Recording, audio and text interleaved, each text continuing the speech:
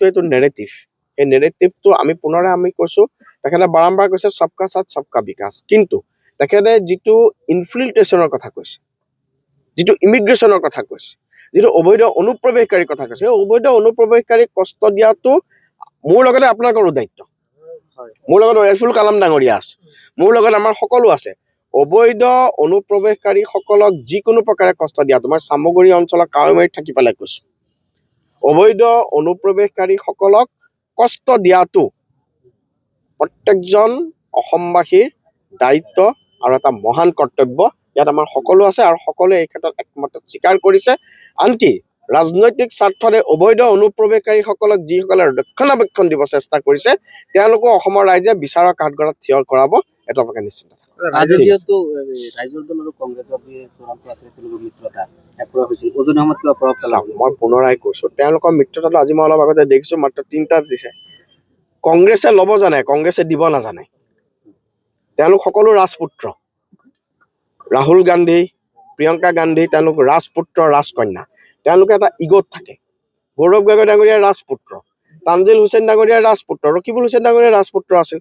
সিদিনাখন জানো তানজিল হুছেইন ডাঙৰীয়া আহি পেলাই ইয়াতে চবকে কংগ্ৰেছৰ মানুহক ভাবুকি দি যোৱা নাই যে কোনেও টিকেট নিবিচাৰিব, আমিয়ে চৰ্দাৰ, গম পাইছে নাই? গতিকে প্ৰথম কথা কি হৈছে, কংগ্ৰেছেতো কাকো দিব নাজানে নহয়।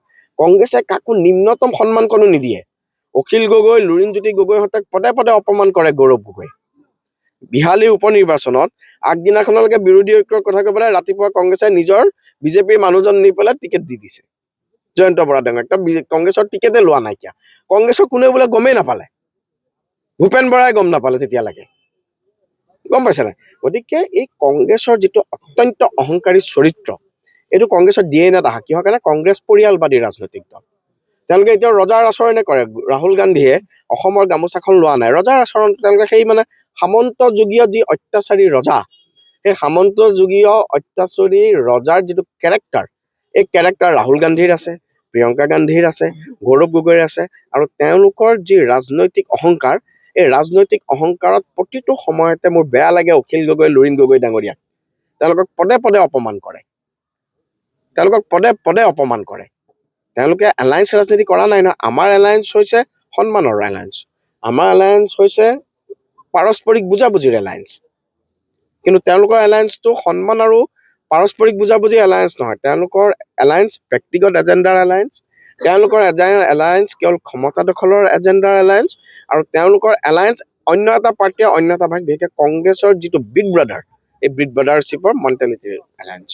অকপ দলৰ পৰা অকপ নেতাৰ পিছত